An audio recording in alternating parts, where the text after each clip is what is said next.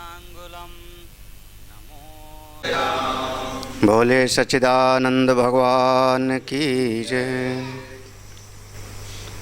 ओम सहना भवतु सहनो भुनक्तु सह वीर्यं करवावहै तेजस्विनावधीतमस्तु मा विद्विषावहै।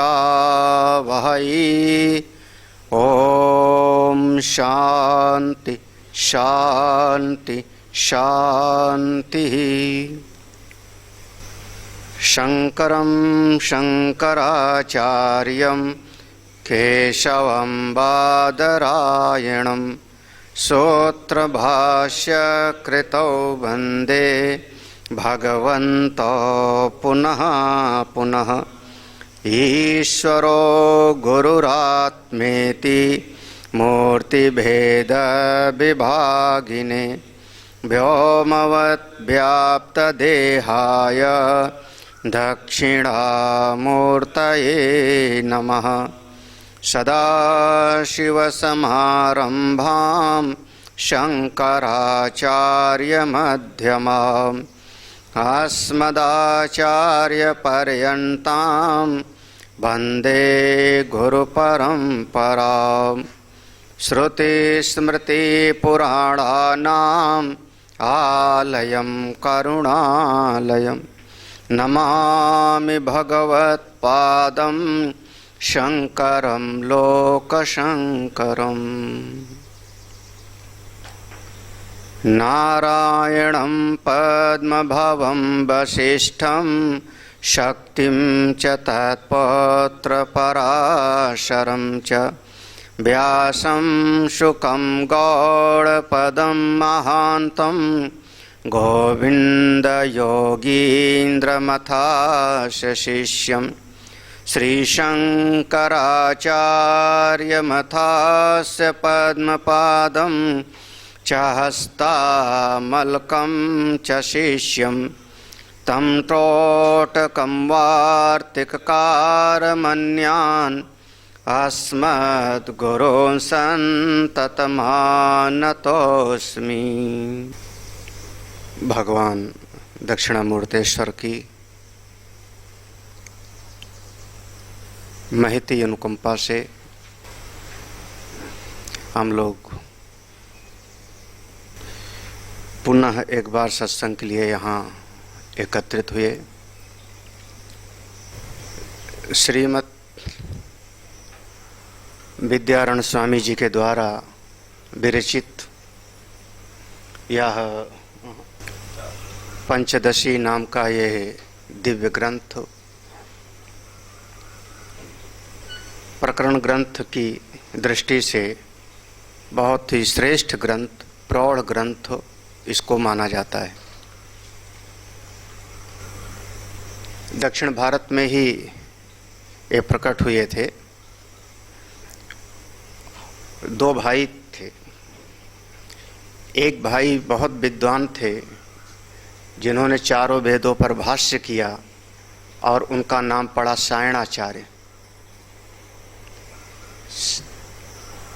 दूसरे ये थे और ये पहले राजगुरु थे। एक नगर था विजयनगर, उसकी स्थापना में इन्होंने बहुत बड़ा योगदान दिया था। बाद में संन्यास्त हो गए। जब इस राजनीति में थे तो उस समय सर्वोच्च स्थिति में थे और जब संन्यास्त हो गए तो नाम पड़ा स्वामी विद्यारण्य तीर्थ। स्वामी शंकरानंद जी से इन्होंने संन्यास लिया। इनके गुरुदेव का नाम स्वामी शंकरानंद जी। कुछ काल के उपरांत इनकी विद्वता, इनकी महिमा जिससे प्रभावित होकर के फिर इनको श्रृंगेरी पीठ का शंकराचार्य पद दिया गया। जब श्रृंगेरी पीठ के शंकराचार्य पद पर सुशोभित थे, उसी समय इनके चित्त में आया कि जितना हमारा वेदांत का दर्शन है उस सब का जो सार संकलन है एक ग्रंथ में किया जाए। ये महापुरुषों के जीवन में होता है, ऐसी प्रेरणा होती है महापुरुषों के जीवन में। अपनी दृष्टि से हो सकता है कोई और महापुरुष की दृष्टि अलग हो, हम जिस मंत्र को ज़्यादा प्रमुख मान रहे हैं शायद दूसरा वाला उस मंत्र को उतना प्रमुख ना माने। जैसे आप लोग कोई किताब पढ़ो, ग्रंथ पढ़ो, आपको कोई चीज़ बहुत अच्छी लगी, उसके नीचे अंडरलाइन कर लिया आपने। वही किताब दूसरे को दो तो जिसको आपने अंडरलाइन किया है वो दूसरे वाला शायद उसको कोई एक पैसा भी कीमत न देवे, वो अपने हिसाब से दूसरा न कोई चीज़ को पकड़ लेगा। तो ऐसे लगभग सभी महापुरुषों ने अपने अपने मन के भाव के अनुसार समस्त शास्त्रों का सार संकलित करना चाहा।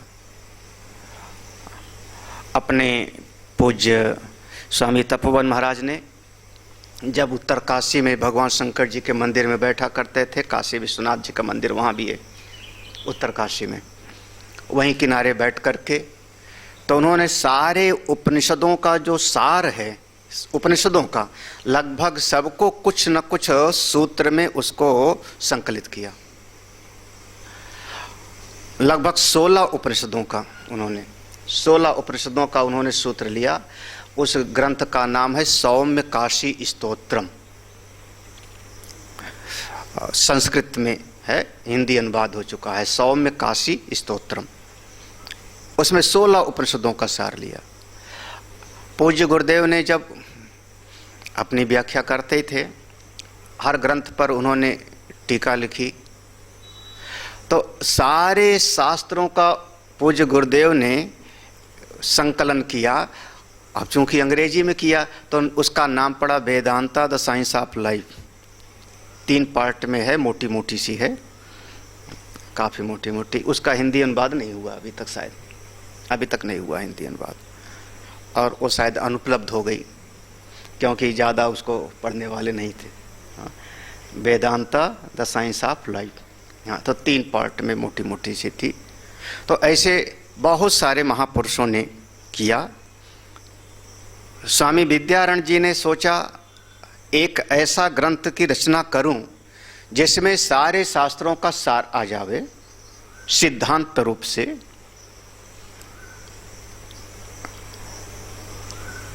मन में जो संकल्प था उन्होंने कर लिया। उसका 15 उसके प्रकरण होंगे, 15 विभाग होगा। नाम रखेंगे पंचदशी। पंचदशी नाम का एक ग्रंथ लिखूंगा, ऐसा उनके मन का संकल्प था।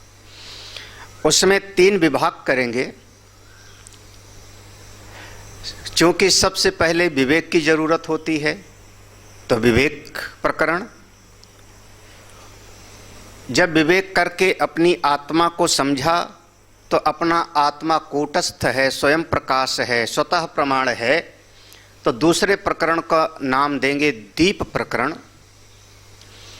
और अंत में जब वहाँ से अपने स्वरूप में पहुँच जाएगा तो जिस अनुभूति को प्राप्त करेगा, जिस आनंद को प्राप्त करेगा, उसका निरूपण करेंगे आनंद प्रकरण। तो मुख्य रूप से 3 प्रकरण, विवेक प्रकरण, दीप प्रकरण और आनंद प्रकरण। बाह्य जगत का विवेक करना है, अपने स्वरूप को समझना है, प्रकाश स्वरूप और आनंद स्वरूप में रमण करना है। ये 3 प्रकरण होगा। ये तीनों के 5-5 भाग होंगे तो पूरा हो जाएगा 15, तो नाम पड़ जाएगा पंचदशी। 10 और 5, पंचदशी, 5 और 10। तो शायद 5-6 साल से हम यही पढ़ा रहे हैं मेरे ख्याल में। विवेक प्रकरण पूरा हो गया था और पिछली बार शायद दीप प्रकरण पूरा हो गया था। पूरा जुलाई का महीना, गुरु पूर्णिमा वाले समय में 1-1 महीना हम पढ़ाते रहे शायद। हाँ, तो 4-5 साल तो हो, पहले हरिद्वार में पढ़ाया था। हाँ, तो 4-5 साल हो गया। तो ये 2 प्रकरण तो पूरे हो गए हैं।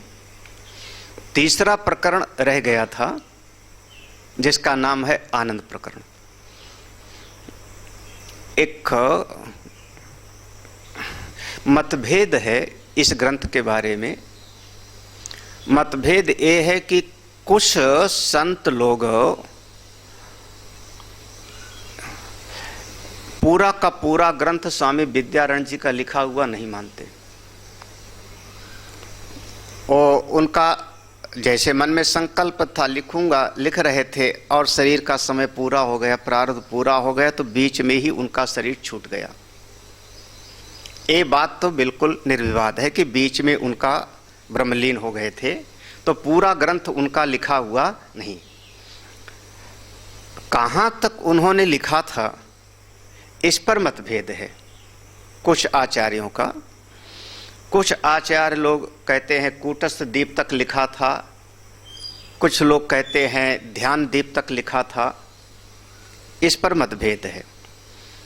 हाँ, लेकिन इतना तो निश्चित है कि ये जो आनंद प्रकरण है, यहाँ से 10वें के बाद 11वां प्रकरण जो आनंद प्रकरण का शुरू होता है, यहाँ से उनका लिखा हुआ नहीं है। एक दिव्य महापुरुष जिनका नाम था भारती तीर्थ जी, तो भारती तीर्थ जी का लिखा हुआ है। अब ये तो पंचदशी में इतना बस जानकारी के लिए, भाषा शैली में परिवर्तन है। इसके पहले जितना था बहुत कठिन था, शायद सबको याद होगा, चित्रदीप, नाट्यदीप, विवेक प्रकरण, प्रत्यक दीप प्रकरण बहुत कठिन था।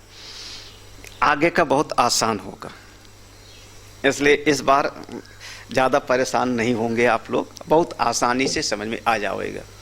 भाषा शैली बिल्कुल बदल गई।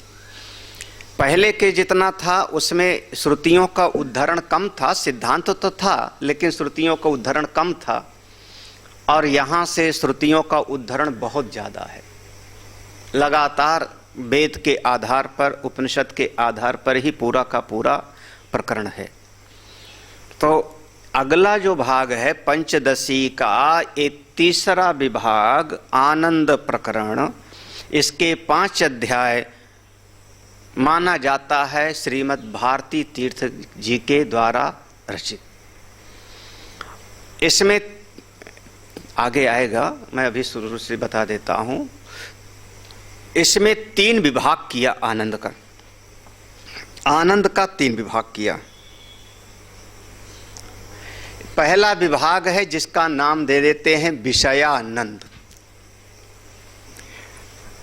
जो 5 विषय हैं, शब्द, स्पर्श, रूप, रस और गंध, ये जब हमारी इंद्रियों को प्राप्त होते हैं तो मन उन अनुकूल विषयों की प्राप्ति पर बहुत सुखी होता है, हर्षित होता है। इंद्रियजन्य जो अनुभूति है उससे मन अनुकूलता को प्राप्त करेगा तो हर्ष होगा, प्रतिकूलता को प्राप्त होगा तो विषाद होगा। तो इस संसार के विषयों को आधार बना करके जो भीतर होता है उसका नाम हो जाएगा विषया। स्पष्ट है? वहां पर विचार ये देंगे, चिंतन देंगे कि जो आपको इस जगत में विषय दिखाई दे रहा है वो विषय आखिर है क्या? वो विषय क्या उस तत्व से अलग है क्या? अगर तत्व से अलग होगा तो विषय कोई चीज रही नहीं जाती। अगर हम मिट्टी को निकाल लें तो घड़ा नाम की कोई चीज बचती नहीं। तो जो विषय आपको अनुभव में आ रहा है वो विषय भी वास्तव में वही तत्व ही है, लेकिन अविद्या के कारण, अज्ञान के कारण आप विषय में फंस गए, विषयानंद कह रहे हो। तत्व की दृष्टि से वही तत्व का अनुभव है। इस दृष्टि से वहां पर ले जाएंगे विषयानंद। दूसरा आनंद मिलता है जीव को जब थोड़ा इस संसार के विषयों से मन हटा तो उसकी चित्त वृत्ति में आती है अब हम कुछ ज्ञान प्राप्त करें, साधना करें, सत्संग करें, आगे बढ़ें। बहुत देख लिया संसार को, बहुत सुन लिया संसार को, तो कहा विद्यानंद। ये दूसरा विभाग होगा विद्यानंद का। अब साधना के मार्ग में चल पड़ा, तो साधना करने में भी उसको अच्छा लगता है, आनंद आता है। एक विचारों का एक आनंद है, एक अभ्यास का आनंद है, मंत्र का जाप करता है तो उसका भी एक आनंद है, विद्यानंद, साधना का सुख, उसमें भी आनंद मिलता है। और मुख्य रूप से जब साधना करते करते पहुंच जाएगा तो अपने स्वरूप में पहुंच गया तो नाम होगा ब्रह्मानंद। तो ये 3 विभाग करेंगे, विषयानंद, विद्यानंद और ब्रह्मानंद। ठीक है ना? ब्रह्मानंद माने अपने स्वरूप का आनंद, अपने महिमा का आनंद। अब यहां पर जो प्रसंग होगा, जैसे हमने तो बताया पहले विषयानंद, फिर विद्यानंद, फिर उसके बाद ब्रह्मानंद, लेकिन यहां प्रतिपादन में जब आएंगे तो यहां क्रम बदल जाएगा। पहले ब्रह्मानंद को समझ लो एक बार, फिर विद्यानंद को समझो और अंत में विषय, एक क्रम बदलेगा। ब्रह्मानंद के अंतर्गत 3 विभाग कर देते हैं। हाँ, ब्रह्मानंद के अंतर्गत 3 विभाग कर देंगे ये, योगानंद, अद्वैतानंद और आत्मानंद। योगानंद, अद्वैतानंद और आत्मानंद। तो कुल इसके 5 प्रकरण हैं। 5 प्रकरण का नाम आपको मैं बोल देता हूं, योगानंद, अद्वैतानंद, आत्मानंद, विद्यानंद और विषयानंद। अब ये 5 प्रकरण, 5 मैंने नाम गिना दिया, ये ब्रह्मानंद के अंतर्गत 3 आ जाते हैं। तो इस प्रकार से इस पूरे आनंद प्रकरण का विभाग है, योगानंद, अद्वैतानंद, आत्मानंद, विद्यानंद और विषयानंद। ये 5 प्रकरण हैं और हमको इन 5 प्रकरणों को समझना है कि कहने का मतलब क्या है। अब हम लोग सीधे इस श्लोक में प्रवेश करेंगे। यहाँ से जो प्रसंग बदल रहा है उसका जो पहला शब्द है प्रमाण रूप में प्रतिज्ञा वाक्य है। ये प्रतिज्ञा वाक्य है, तो प्रतिज्ञा से इसमें अर्थ निकलता है कि ये विषय, क्योंकि फिर से प्रतिज्ञा की जा रही है, तो अगर पहले वाले ही रचयिता होते तो बार बार उनको प्रतिज्ञा करने की जरूरत नहीं पड़ती। जैसे पहले कोई पूजा करने बैठ गया तो आपने उसको कलाव बांध दिया, आचमन करा दिया, संकल्प करा दिया। हाँ, और वही अगर पूर्णाहुति तक हवन करेगा तो दोबारा संकल्प नहीं करोगे। लेकिन अगर वो उठ गया और बीच में दूसरा बैठ गया तो बीच में फिर से आप उसको कहोगे आचमन करो, कलाव बांधो। उसी प्रकार से कोई बीच में आया, इसलिए प्रतिज्ञा पुनः की जा रही है।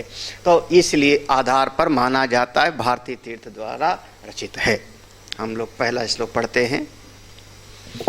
ब्रह्मानंदं प्रवक्ष्यामि ज्ञाते तस्मिन् शेषतः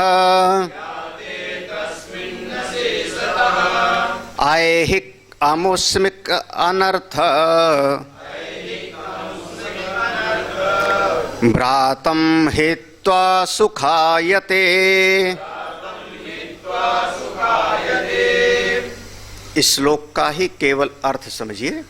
ब्रह्मानंदम प्रवक्ष्यामि, अब हम ब्रह्मानंद के विषय में बताने जा रहे हैं।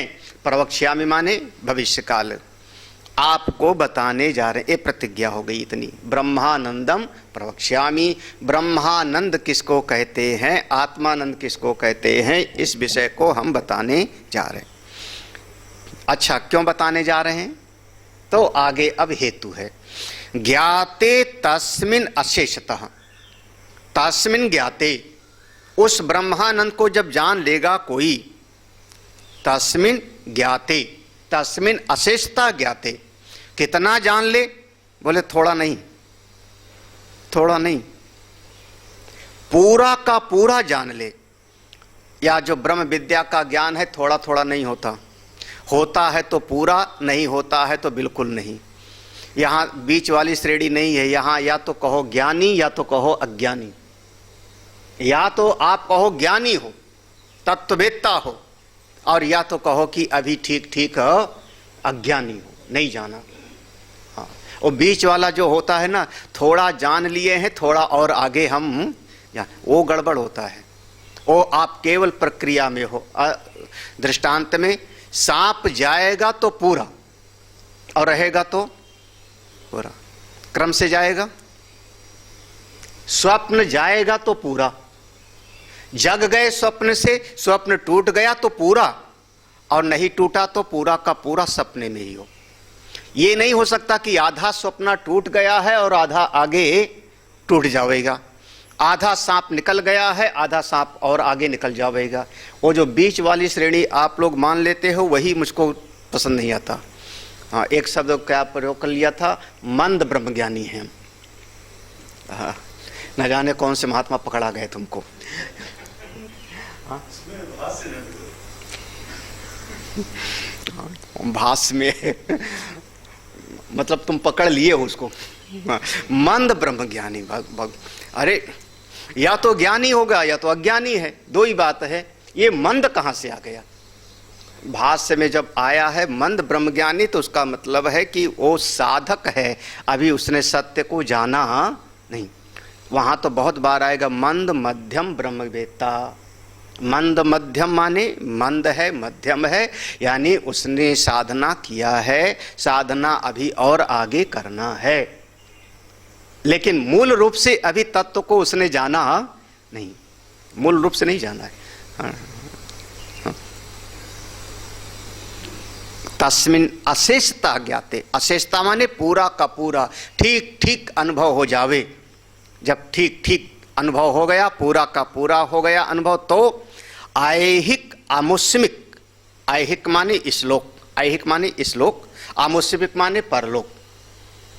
यह लोक और स्वर्ग आदि परलोक में अनर्थ व्रातम, जितने भी अनर्थ की चीजें होती हैं, उन सबको हित्वा, वो सब आपसे छूट जाएंगी। इस ज्ञान से वो सब किनारे हो जाएगा, और सुखायते, आप अपने आनंद में रहोगे। उस आत्म स्वरूप के अनुभव का एक फल यहाँ पर बताया। इस लोक में कौन कौन सा अनर्थ है? मैं और मेरापन, अहमता और ममता, राग और द्वेष, ये सब का सब इस लोक में हमको अनर्थ देने वाले होते। आपको कोई वस्तु दुख नहीं देती, आपको कोई व्यक्ति दुख नहीं देता, आप अपनी मान्यता के कारण सुखी दुखी होते हो। हमारा बच्चा अगर गिर गया, पांव टूट गया, तो मैं दुखी होता हूँ। सड़क पर 4 लोग गिर गए, पांव टूट गया, तो उतना आप दुखी नहीं होगे, बगल से गाड़ी निकाल के चले जाओगे। कौन फंसे यहाँ पर? हाँ, मैं और मेरा, ये दुख का हेतु मैं और मेरा, अहमता और ममता, यही दुख का हेतु है, कोई वस्तु नहीं है। ऐहिक इस लोक में यहाँ पर जितना भी इस लोक में है, ये दुख का हेतु अनर्थ, अनर्थ व्रातम, इन्हीं से बहुत सारे अनर्थ पैदा होते हैं, बहुत सारी समस्याएं इन्हीं से पैदा होती हैं। मैं और मेरा, बस इतने में सारा का सारा झंझट है। हाँ, और आमुष्मिक, बस ये काम करूंगा फिर परलोक सुधर जाएगा, ऐसा यज्ञ करूंगा तो स्वर्ग मिल जाएगा, ऐसा ऐसा कर्म करूंगा तो वो हो जाएगा, अमुक अमुक, आज नहीं आगे, अभी नहीं कुछ समय के बाद। यह आमुष्मिक, आमुष्मिक माने आगे। हाँ, ये दो समय पर अनर्थ, और दोनों समय पर अनर्थ का मतलब हुआ कि वो बिल्कुल वर्तमान में नहीं रह रहा है। हाँ, वर्तमान में अगर रहेगा तो वहां पर कोई दुख नहीं है। जमा नहीं मुझको आज का माइक, रहने दो, बाद में कर लेना। तो ठीक किया था क्या इसको? ऐहिक आमुष्मिक, ए श्लोक का और अमुष्मिक अगले लोक का, दोनों का जितना भी अनर्थ है, अनर्थ व्रातम, व्रातम माने समूह, व्रातम कहते हैं समूह का, अनर्थ देने वाली जितनी चीजें हैं, अर्थ माने चाहना, अनर्थ माने जिसको हम चाहते नहीं, जो हम पसंद नहीं करते, वो सब का सब हित्वा, छोड़ करके सुख का अनुभव होता है। उस सुख की प्राप्ति का जो तरीका है वो हम इस ब्रह्मानंद प्रकरण में बताने जा रहे हैं। यहाँ पर अगर सिद्धांत में समझें तो दो तीन बातें आ गई। पहले तो उस आत्मा का अशेष रूप से पूरा का पूरा उसका अनुभव हो। कैसे अनुभव होगा? आप अलग रहते हुए उसका अनुभव नहीं कर पाओगे। अपने आप का जो अपनी सत्ता का निषेध करते हुए अपने आप को किनारे हटाया, अहमता को, उसके स्वरूप में जाके एकीभूत हो गए। तदा द्रष्टु स्वरूपे अवस्थानम, जब दृष्टा स्वरूप में अवस्थित हो गया वही उसका ज्ञान होगा। यहाँ पर तस्मिन जो बाया तस्मिन अशेषतः ज्ञाते, ज्ञाते का अर्थ क्या होगा? ज्ञाते माने त्रिपुटी नहीं, ज्ञाते माने ये नहीं कि ज्ञाय अलग है, मैं जानने वाला अलग हूँ, बीच में एक संबंध बन रहा है ज्ञान का, ऐसा नहीं होगा। वह होकर के स्वरूपभूत होकर के जब उस अवस्था में पहुँच जाएगा तब बोले समस्त अनर्थ छूट जाएंगे। कौन से अनर्थ? अरे अपने स्वरूप को जो जानेगा उसको न इस लोक में दुख न उस लोक में दुख। जो अपने स्वरूप को नहीं जाएगा यहाँ भी दुखी आगे भी दुखी। तस्मिन अशेषतः ज्ञाते, तो अपने स्वरूप को जानने से ये उसका फल होगा, सारे अनर्थ उसके छूट। श्लोक पढ़ते हैं। ब्रह्मवेत् परमाप्नोति शोकं तरति चात्मवेत् रसो ब्रह्मरसं लब्ध्वा आनंदी भवति नान्यथा। यहाँ से अब उपनिषदों का उदाहरण देना प्रारंभ कर देते हैं। जब उपनिषद आप लोग पढ़े हुए हैं, जो लोग सुना हुआ है वो लोग याद करो। देखो शुरुआत कहाँ से करते हैं। एक उपनिषद में आया ब्रह्मवित्त परम आपनोति, ब्रह्मवित्त उस परम तत्व का अनुभव कर लेता है। कहाँ पर है ये? तैत्तिरीय उपनिषद में, जहाँ पर वो ब्रह्मानंद की मीमांसा की जाती है। सारी पृथ्वी का राज्य एक आदमी को मिल जाए तो एक आना सुख, फिर इससे 100 गुना सुख दूसरे का, उससे 100 गुना सुख तीसरे का। वहाँ प्रारंभ कहाँ से किया? ब्रह्मविद आपनोति परम तदेशाभ्युक्ता सत्यम ज्ञानम अनंतम ब्रह्म। उस श्रुति को यहाँ पे ले आए, ब्रह्मविदाप्नोति परम। जो ब्रह्म वेत्ता है उस परम तत्व का अनुभव कर लेता है। ब्रह्मविद, हाँ, यानी अब देखो ऐसा कहने का मतलब है कि ब्रह्म से अलग परम कोई और चीज नहीं है। ब्रह्म ही सर्वोत्कृष्ट है। जैसे कोई कह दे कि हम ब्रह्म को तो जान लिए लेकिन अभी कुछ और करना बाकी है। ब्रह्मविद तो हैं, ब्रह्म को तो जान लिए लेकिन कुछ जानना अभी और बाकी है, कुछ पाना अभी और बाकी है। बोले फिर अभी जाना कहाँ पर? परम ब्रह्मविद आपनोति परम, ब्रह्मवेत्ता उस परम तत्व का अनुभव कर लिया। जो जानना था जान लिया, जिसको पाना था पा लिया, जहाँ पहुँचना था पहुँच गया। अब उसको कुछ जानना बाकी नहीं रहा, करना बाकी नहीं रहा, पहुँचना बाकी नहीं रहा। उस अवस्था में जब पहुँच गया तो उसको हम कहते हैं ब्रह्मविद। ब्रह्मविद परम आपनोति, वह परम तत्व में उसको कृत्य कह लो। अब कुछ करना अवशिष्ट नहीं रहा, कुछ बाकी नहीं रहा। इसका फल क्या होगा? इसका फल क्या होगा? तो वहाँ तो ब्रह्मानंद मीमांसा में बहुत सारा बताया है। यहाँ एक दूसरा उदाहरण लिया, ये है छांदोग्य उपनिषद का, जहाँ पर देवर्षि नारद और सनत कुमार जी का संवाद होता है। और सनत कुमार और देवर्षि नारद के बीच में जब संवाद होता है तो वहाँ कहते हैं शोकम तरति च आत्मविद, तरति शोकम आत्मविद। जो आत्मवेत्ता है, जो आत्मा को जान लिया, वह शोक के परे हो जाता है। अब यहाँ 3 शब्द पर ध्यान देना, ब्रह्म, परम और आत्मा, तीनों शब्द आया है एक लाइन में। ब्रह्म ही आत्मा है, आत्मा ही ब्रह्म है।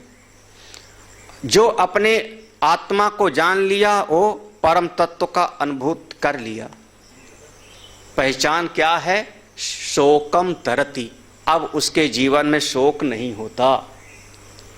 शोकम तरति, हाँ, शोक नहीं होता। यही सबसे बड़ी पहचान है। सबसे मूल पहचान ज्ञान की यही है। आपके जीवन में शोक होता है कि नहीं? अगर शोक है तो अभी अज्ञान है, अविद्या है, अभी भ्रम है, नासमझी बैठी हुई है, जिसके कारण आपको शोक हो रहा है। शोक माने कहीं न कहीं अभी आपका आसक्ति होगा। शोक यानी कहीं न कहीं कोई न कोई अभी अविद्या की ग्रंथि है। तरति शोकम आत्मवित्। आत्मज्ञानी की पहचान, अब उसके जीवन में कोई शोक नहीं होता। अच्छा, शोक क्यों नहीं होता? क्योंकि शोक की जड़ है मोह। मोह, मोह उसका खत्म हो गया। मोह नहीं तो शोक नहीं। शोक हमेशा इस मोह के ऊपर होता है। किसी वस्तु के साथ हमारा मोह है, कोई एक व्यक्ति के साथ मोह है, तो आगे वो फिर वो शोक में परिणत हो जाएगा। इसीलिए जब श्रुति में आएगा तो वहां पर कहेंगे तत्र कह मोह कह शोकः एकत्वम अनुपश्यतः। कहाँ मोह और कहाँ शोक, ये मिट गया। ब्रह्म, श्लोक ही पढ़ते जाओ बस, ज़्यादा ये सब पढ़ा हुआ है। ब्रह्मवित् परम आपनोति। जो ब्रह्मवेत्ता होगा वो परम तत्व को जान लेता है।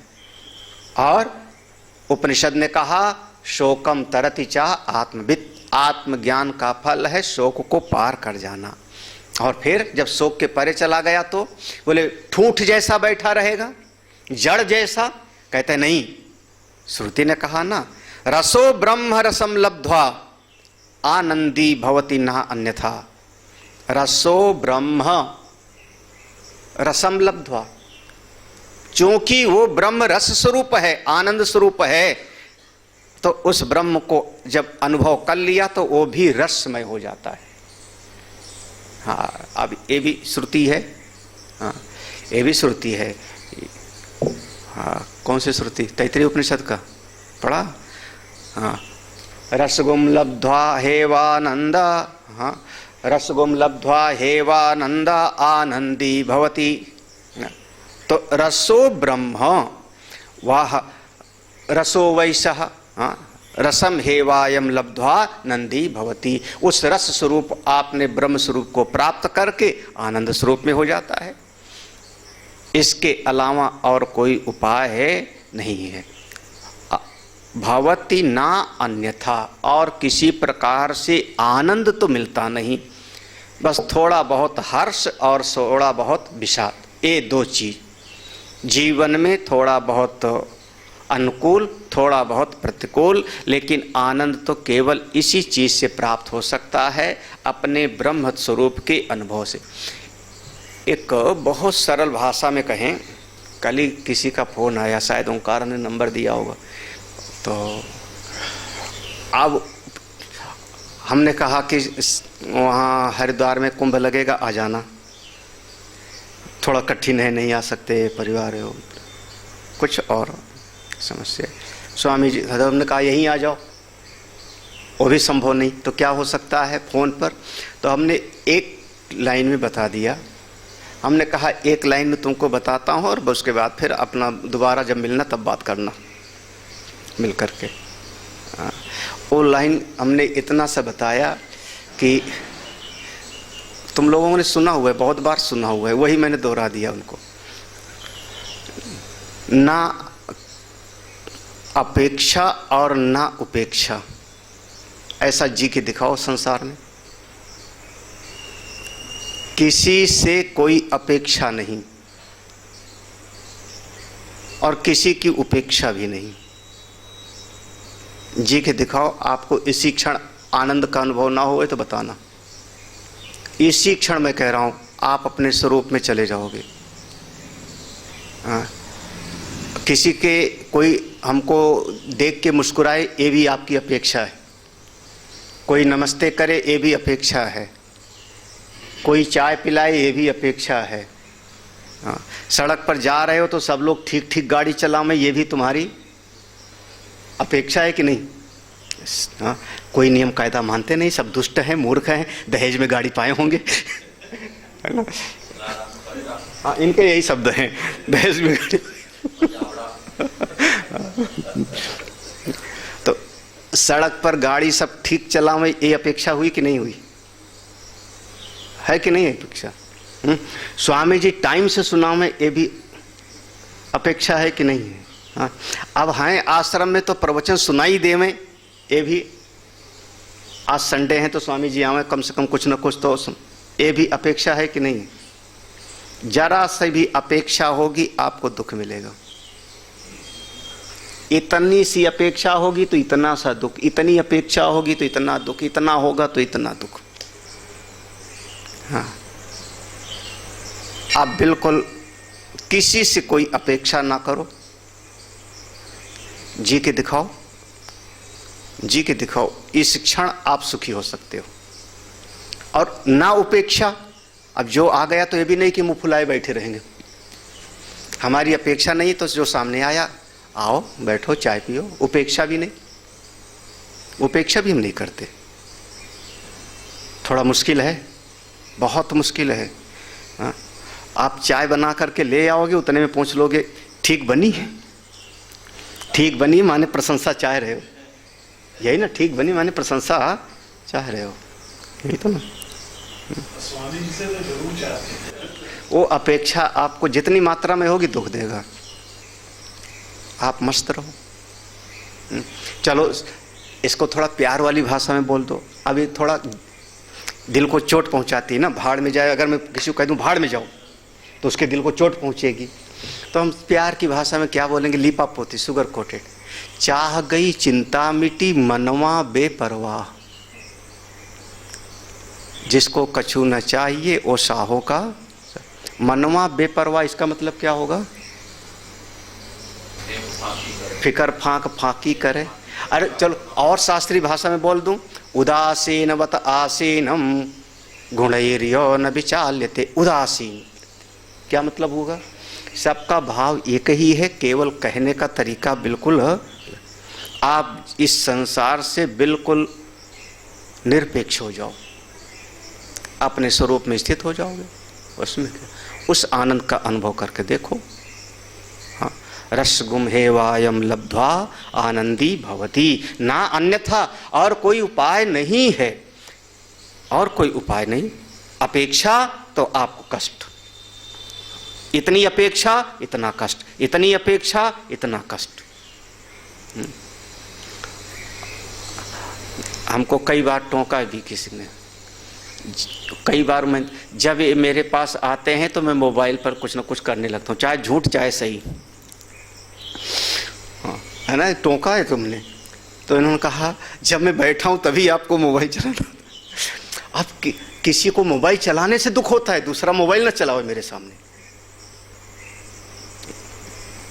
मतलब आप क्या चाह रहे हो कि आप मेरे सामने बैठे, आपके पास मैं आधे घंटे का समय निकाल के आया हूं, तो आप हम ही को देखो, हम ही से बात करो, हम ही से को देख के मुस्कुराओ, लड़ो भी तो हम ही से, दूसरे को देखना मत। लगभग ये होता है, बिल्कुल होता है। ये चित्त वृत्ति, आपके चित्त में अपेक्षाएं आपकी दुख की जननी हैं। हाँ, वो अपने स्वरूप का आनंद नहीं लेने देंगे।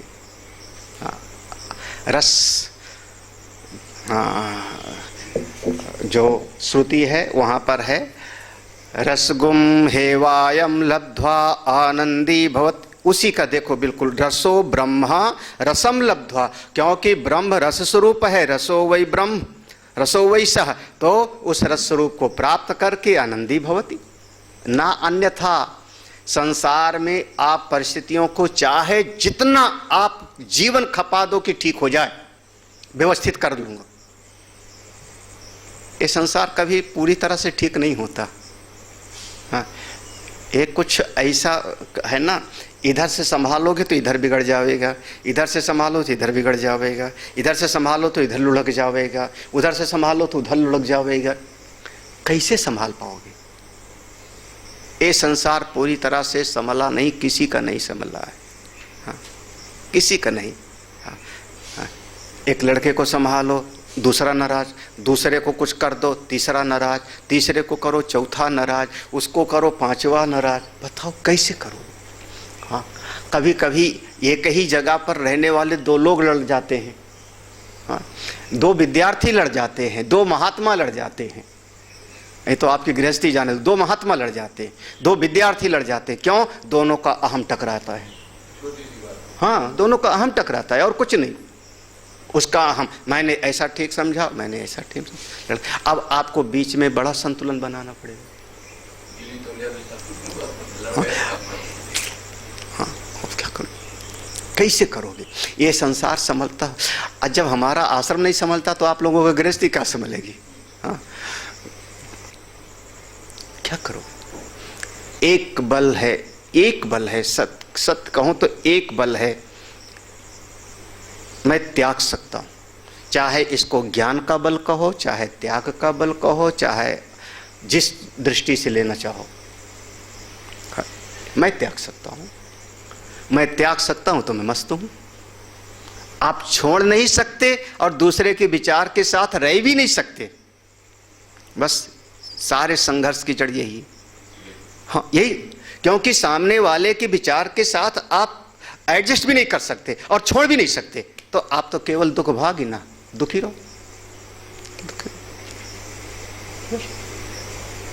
यही है सीधा सा।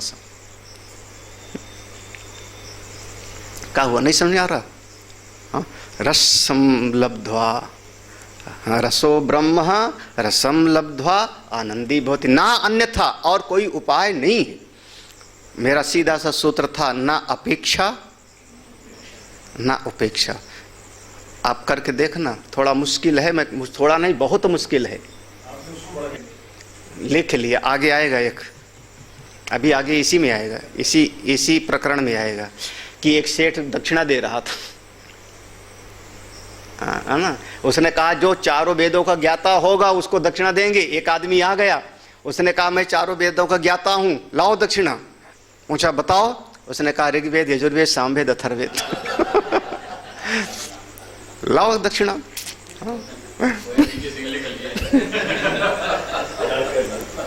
तो ऐसे थोड़े होता है, उसके अंदर क्या है, उसका भाव क्या है, वो भी तो समझना पड़ता है ना।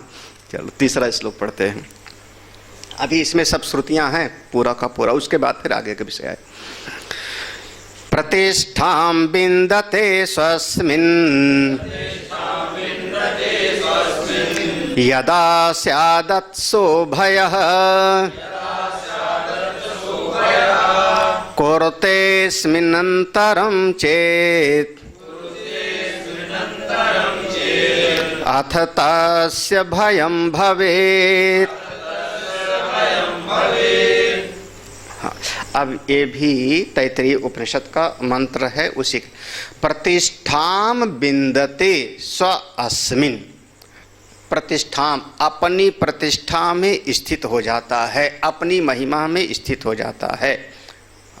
स्व अस्मिन् बिंदते, बिंदते माने जान करके अपनी महिमा में अवस्थित हो जाता है। यदा माने जब, जब वो अपनी महिमा में प्रतिष्ठित हो जाता है तब अथ सह अभयः, वो अभय तत्व में जाके निष्ठ हो जाए। जब कोई अपने स्वरूप में अवस्थित हो गया तो निर्भय हो गया। अपने जब स्वरूप, ये जो मंत्र है उस मंत्र में देखो, वो मंत्र है यदा हे वैसे एतस्मिन् दृश्ये नात्मये निरुक्ते निलने अभयं प्रतिष्ठां बिंदते अथसो भयं गतो भवति। ये तैत्तिरीय उपनिषद में ऐसा आया है। जब कैसा है अपना आत्मा, बोले अदृश्य, जो दृश्य की कोटि में नहीं आता, अनात्म, जो अनात्मा नहीं है, जड़ नहीं है, हाँ, जो किसी और के आश्रय पर नहीं है, अपनी महिमा में जो स्थित हो जाता है, वो उस परम तत्व को अनुभव करके अभय हो जाता है। प्रतिष्ठाम बिंदते स्वस्मिन्, ऐसा कह लो, स्वस्मिन् प्रतिष्ठाम बिंदते यदा। अपनी महिमा में जब वो प्रतिष्ठा का विन्दते माने अनुभव कर लेता है। विद अनुभव के अर्थ में भी होता है, विद धातु अनुभव के अर्थ में, ज्ञान के अर्थ में, लाभ के अर्थ में, सत्ता के अर्थ में।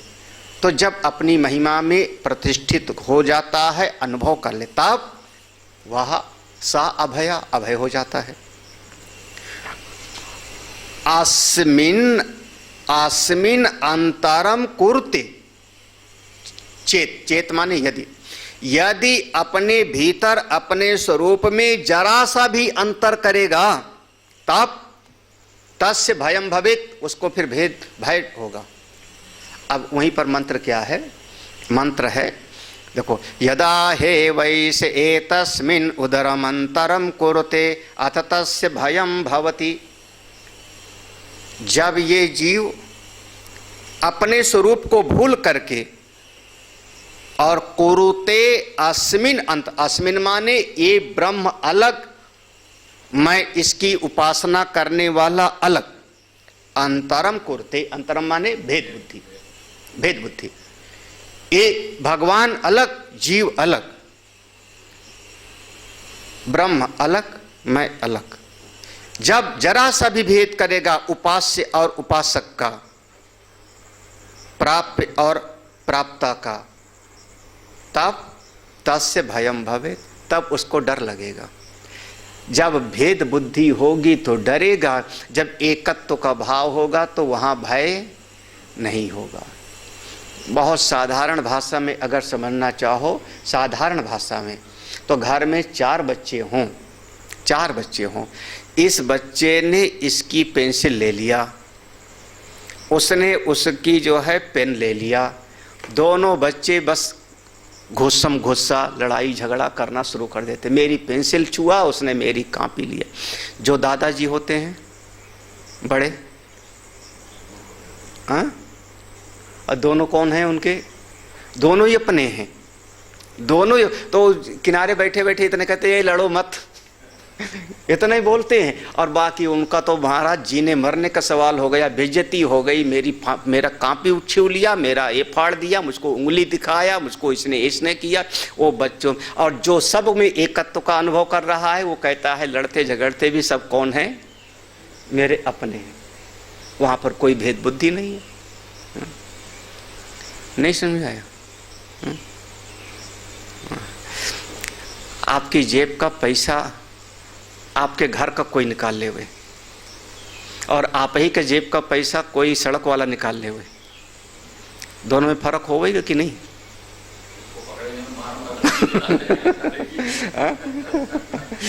और घर वाला निकाल ले हुए तो घर का बच्चे ने निकाल लिया पर्स से, पत्नी ने निकाल लिया,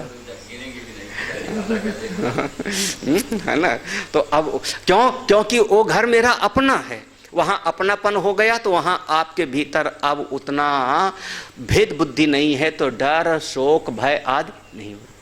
और जहाँ पर भेद बुद्धि हो गई वहाँ पर वो पराया है, वो जरा सा ले हुए, फिर देखो फिर संघर्ष होगा, फिर लड़ाई होगी।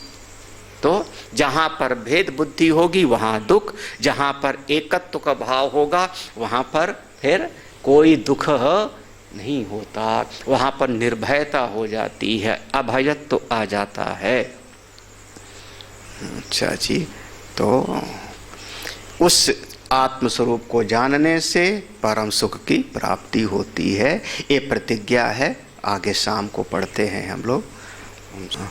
ओम पूर्णमदः पूर्णमिदं पूर्णात् पूर्णमुदच्यते पूर्णस्य पूर्णमादाय पूर्णमेवावशिष्यते। ओम शांति शांति शांति। हरि ओम। श्री गुरुभ्यो नमः। हरि ओम।